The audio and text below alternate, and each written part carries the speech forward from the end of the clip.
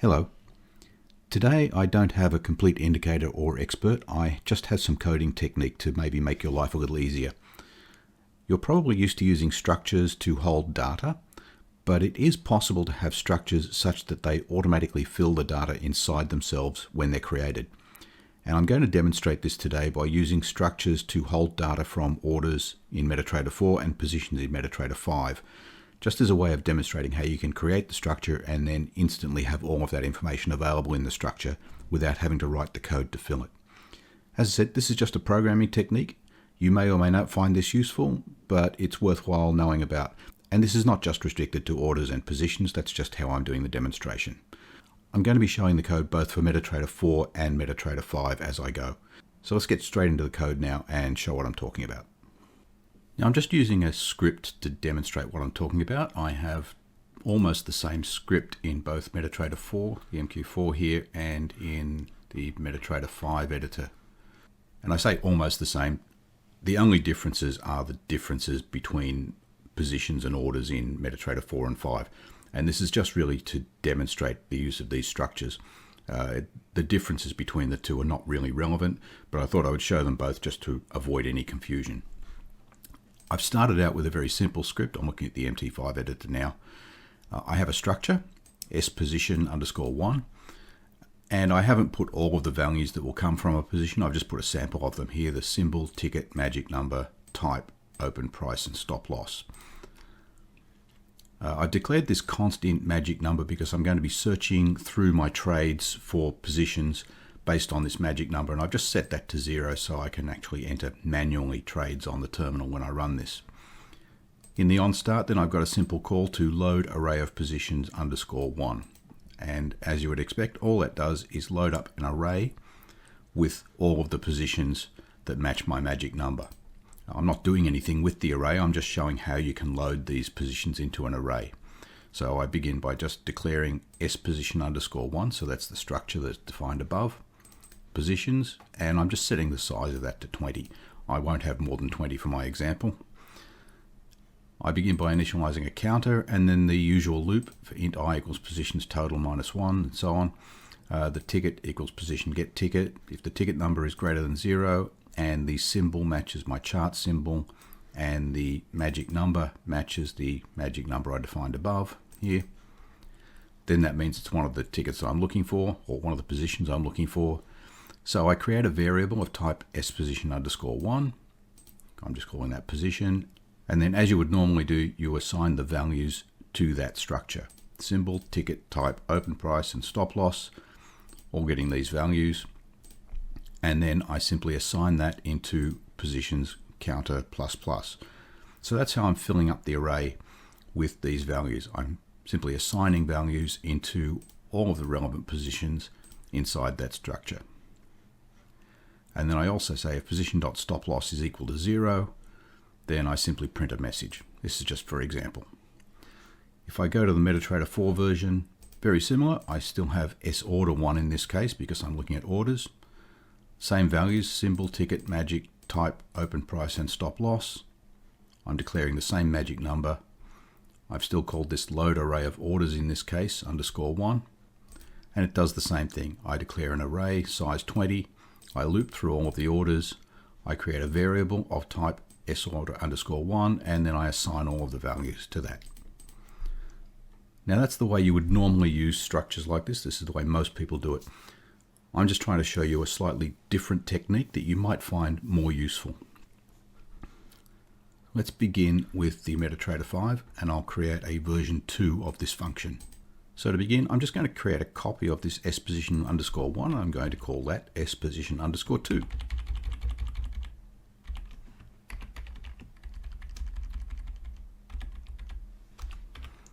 So far, no difference. But now what I'm going to do is insert a constructor into the structure. This is not an object, it's a structure, and I can have constructors. So the syntax very simple, sPosition_2, no arguments there, looks just like a constructor for a class. And then I'm simply assigning these values, symbol, ticket, magic, type, open price, and stop loss, all the same statements that we saw earlier here but now I've embedded them in a constructor for sPosition_2. So now if I take this function, load array of position_1, I'll just copy that.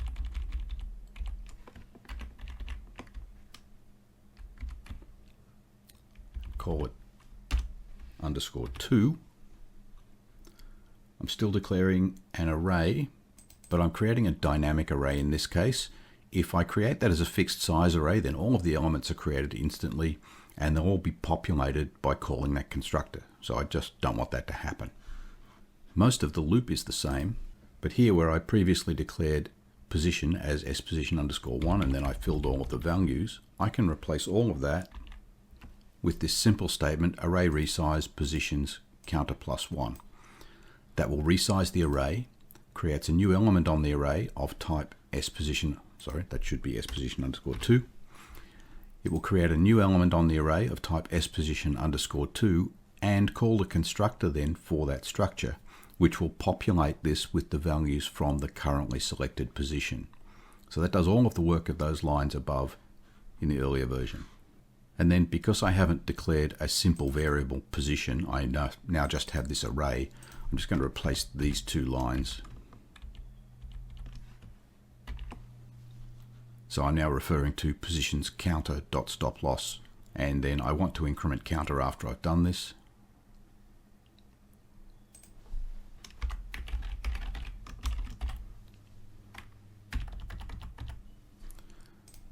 So a much shorter piece of logic. Let's see if I can get them. I can't get them both on screen at the same time, but I've removed all of this. So simply by creating a variable of type sPosition_2, I now have a structure that contains all of that data. Let me do the same thing in MetaTrader 4. So I've duplicated the sorder_1 here and done exactly the same thing. I have a constructor here, simply fills in all of the values just as the code below did. And now I'll create that extra function.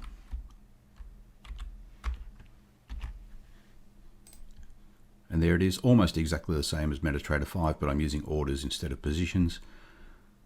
Still initializing sorder2 orders and dynamic array resize orders counter +1, and that will do exactly the same thing. It will create a new element on the array, call the constructor, and that populates with all of these values that I previously would have filled in.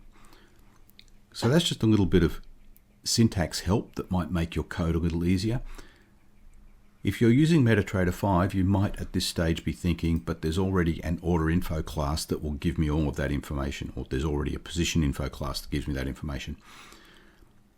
But the position info class will keep changing as you load new positions into memory. These structures hold the value that they had when you first created them. So if you're looping through, and this is why I'm creating an array of these, they are all going to be different because they will all have the values from the position when I created that element of the array. So that's just a small difference with the class. If you want to use the class, you can do that, but these structures are a lightweight method of just storing the data from the current position. Now I'm back in MetaTrader 4. I'm actually going to make a change to this. I'm going to make a new sorder2, so I'll first comment out this so that we can see what we had before. And this is my new sorder2, and now I have inheritance between structures. So sorder2 inherits from sorder1. I have the same constructor here in sorder2, but what I've removed are these lines where I redeclared the variables because they're already in sorder1. So I don't need to declare them again, so I can actually have inheritance, and this will all still work exactly the same way because those values from sorder1 exist, and I now have the constructor that I've just added by creating this sorder_2. Let me just do a compile. That's fine. Back to MetaTrader 5, and I can do exactly the same thing here. I'll just comment this out so that I at least retain it on screen.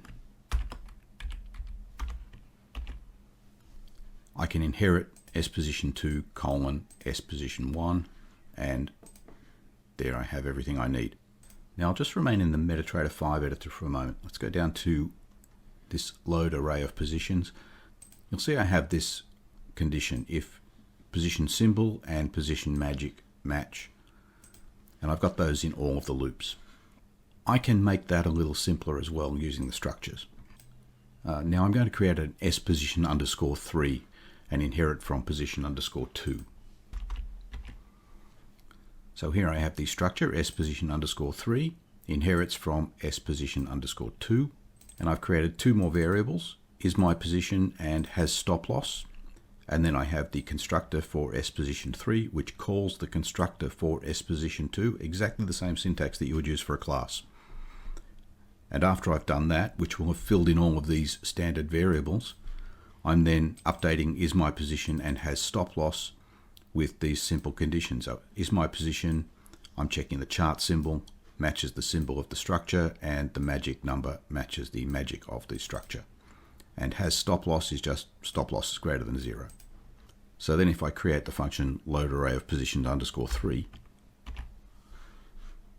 I've now been able to replace this condition with if position dot is my position. So I'm simply checking the value of that variable or the value of that element of the structure. And here, if positions counter dot stop loss equals 0, I've replaced that with if not position dot has stop loss. Now you'll see I also have another small difference here. I've reintroduced this S position underscore 3 position. I've done that because I want to check this is my position before I resize the array, so I don't actually have an element in the array that I can simply call and say is my position. So I've just created a variable there, S position 3 position. It does exactly the same as the new element that I'm creating in the array resize. So once I resize the array, I now have an element in there that has the same values, but it is not the same variable. And then because I already have that and it makes the code a little shorter, I've just used position rather than positions bracket counter. So now what I've just shown is how this works in MetaTrader 5. There is a difference in MetaTrader 4, and it seems to be related to the way memory is managed in MetaTrader 4. So if in MetaTrader 4 I do exactly the same thing, S order 3 inherits from S order 2, add these two Boolean variables, and then call the S order 2 constructor and then update these two. Everything seems to work fine. If I go down to the function now, and here I've updated the function in exactly the same way. I have S order 3, which I'm calling order, if order is my order, and if not, order has stop loss. Exactly the same changes here as in MetaTrader 5. This statement works, no problem at all. But the array resize, when it creates a new element, the new order that's created on that array after the first element in the array, so once I get to element number 1, it doesn't have the correct values. It seems to be picking up values from memory that are just left over rather than populating them correctly. So a single variable declared here, order, is correct, and you can just check the things like the ticket number if you want to recreate this. The ticket number in order is correct when you get to the second of the orders that are loaded, but the matching element in the orders array is incorrect. Even if you resize the array and then assign order into the last element of the array, it still has incorrect values. So to get around that in MetaTrader 4, instead of declaring these booleans here, I move them into S order 1 where all the other values are declared. And once I do that, everything works.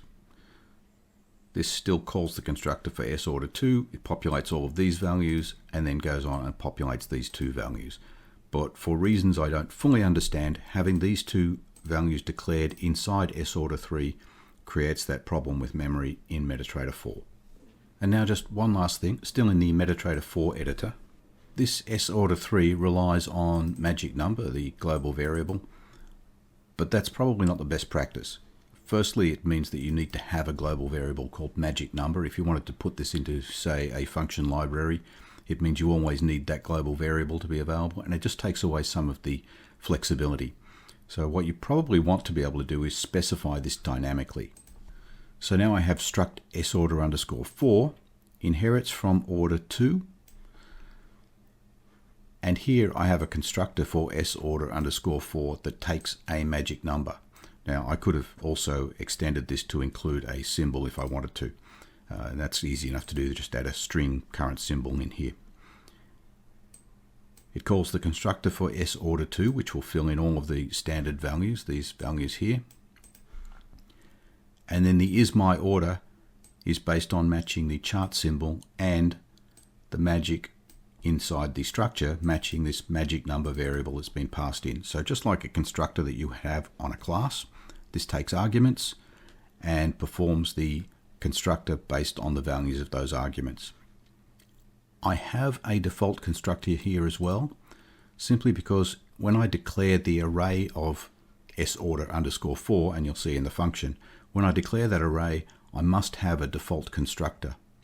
So I've got sorder_4 with no arguments, and I'm just initializing my order and stop loss to false.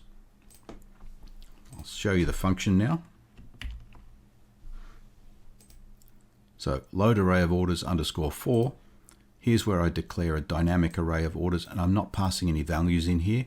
So this is where I need the default constructor. But down here, where I'm creating sorder4 order, you can see I've added magic number as an argument to that.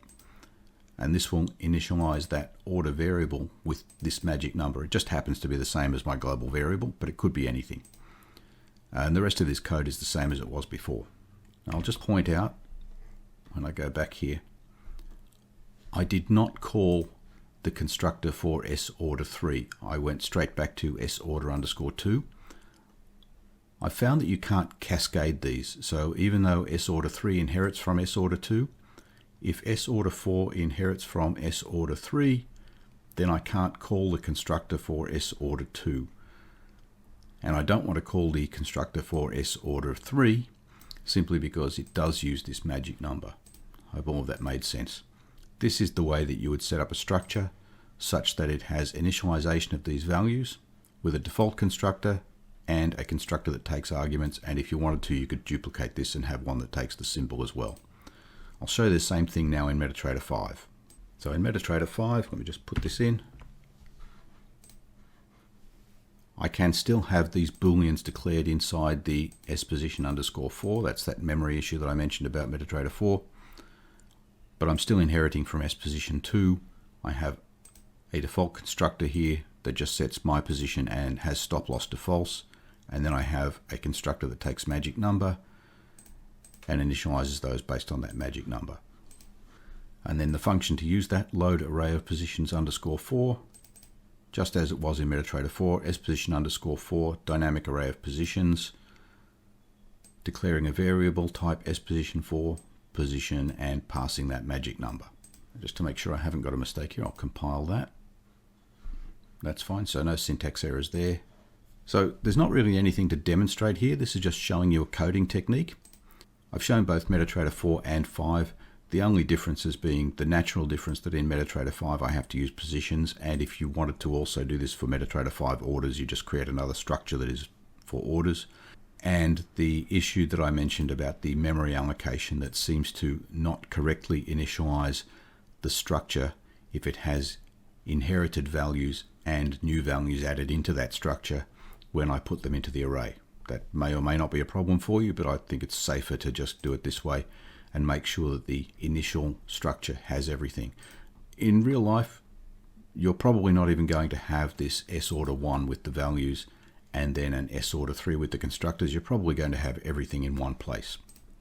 But I was just trying to demonstrate that you can have inheritance between structures, and you can have constructors, and you can have constructors that take arguments. And I find that just makes the code a little simpler. If we scroll down to that sorder4, and you look at this piece of code, where I'm simply using the values that are embedded inside that structure simply from creating it. And if I compare that back to what would be the typical code you would expect to see with all of these values assigned, and you can imagine that if you're going to do that multiple times, it makes a lot more sense to have it done in the constructor for that structure. Hope this has been useful. Remember, click the like, click the subscribe, and until next time, thank you for watching.